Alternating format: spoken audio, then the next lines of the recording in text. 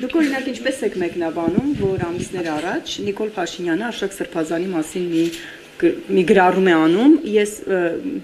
շատ վատ ես դա չեմ կարող մեջբերել, բայց քերակնոջ թեմայով այդպիսի մի մեջբերում է անում, հետո դրանից հետո արդեն հայտնվում է դաշտ մարդու անձնական կյանքից գաղտնի նկարահանված մի հատված, այսինքն այդ ովքեր են կազմակերպում, իրավապահ կառույցներն են, այդ ճշգրտությունը ինչպես է, որ վարչապետի մոտ հայտնվում է, հա, հավանաբար այդպիսի մի բան, ապացույց կամ ինֆորմացիա չգիտեմ, հետո դա այսպես հրապարակ է նետվում։ Դուք եւ ընդհանրապես մարդկանց մեջ այսպիսի բան կա, հատկապես պաշտոնյաների, հատկապես Փաշինյանի ընդդիմադիր մարդկանց շրջանում, որ ամենուր գաղտնալսում են, նկարում են, որպես այսպես կոմպրոմատների ինստիտուտ է։ Նախ Փաշինյանի հայտարարության ու հետո այսպես հա լրահոս նետված այդ տեսանյութերի մասին ասեք եւ ձեր կարծիքը, ձեր մեկնաբանությունը եւ երկրորդը ինչ է այդ ամեն համատարած նկարելը, բանը գաղտնալսելը,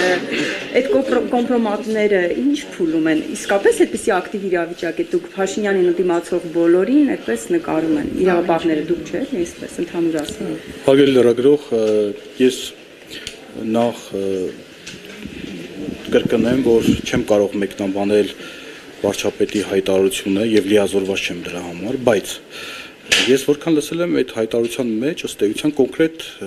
անձի անուն, ես չգիտեմ ինչի եք նույնացնում այս տեսագրության հետ, բայց որ արձագանքում էր այդ մարդը։ Ես տեղյակ չեմ, բայց նշեմ ինչ վերաբերում է մեր տիրույթում, թե այս դուք արդեն քննչական կոմիտեն նաև հաղորդագրություն տարածել, որ այդ մասով նաև վարույթ ունենք նախաձեռնված ըստ էության, այդ վարույթով նախաքննություն է կատարվում եւ համապատասխան անձին կհրավիրվեն հարցաքննության։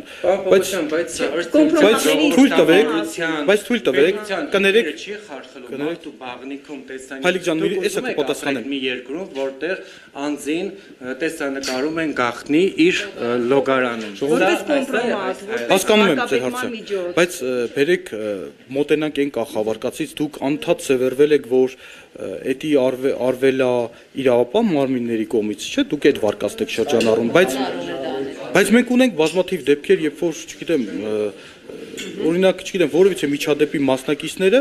մեկը մյուսն է հրապարակի, դուք ինչի այդ վարկածը, դուք սևեռվել եք, մենք կստուգենք այդ վարկածը։ Ես չգիտեմ, մենք ունենք ընդամենը հրապարակված տեսաձայնագրություն, բայց չգիտենք դա երբ է կատարվել, ով է կատարվել, ինչ հանգամանքներում է կատարվել, ոնց է հայտնվել։ Դա էլ է ձեր խնդիրը, պարոն Պողոսյան, դուք չեք կանխում, չեք գտնում այն մասը, որ նման բան է։ Ճիշտ ասած, քննչական կոմիտեն դեպքերով զբաղվում է։ Իրավապահների գործն է, այսինքն եթե նույնիսկ դե ո՞նց կարան կանխեն օրինակ, ինչ կանխեն։ Նկարելը։ Չէ, ոչ թե շարունակական ձայնագրություններ, եթե դուք չեք։